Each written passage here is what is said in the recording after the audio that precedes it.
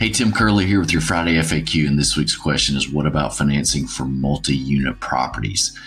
This question comes up quite a bit, and let me say, first of all, when we talk about multi-unit properties, we're talking about a 2 to 4 unit property, so a duplex, triplex, or a quadplex.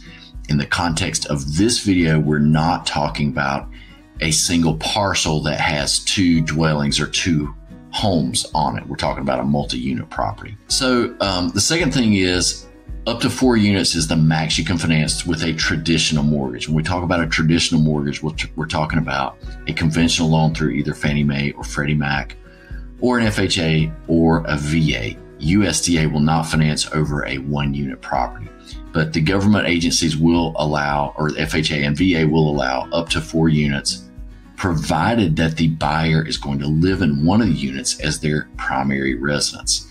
Keep in mind, the government agencies only do loans for primary residences, so any kind of investment property won't work. The other thing to keep in mind is that when we talk about multi-unit properties, if you get over 1 unit, then the underwriting guidelines are going to get a little bit stricter. And one of the main ways you'll see this is in the loan to value. So for instance, I'm looking at Fannie Mae's underwriting guidelines here.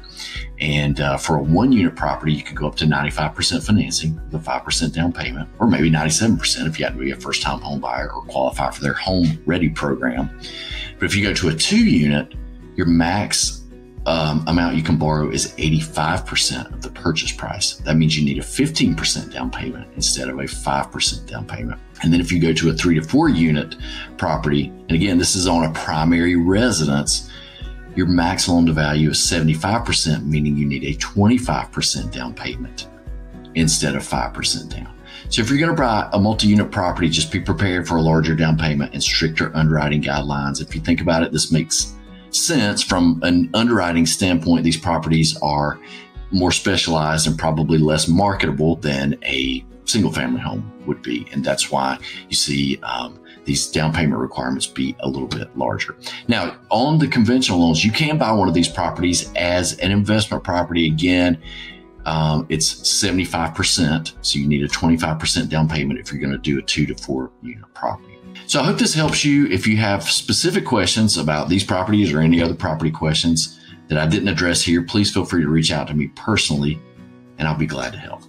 Thanks a lot, and appreciate you watching. We'll see you soon.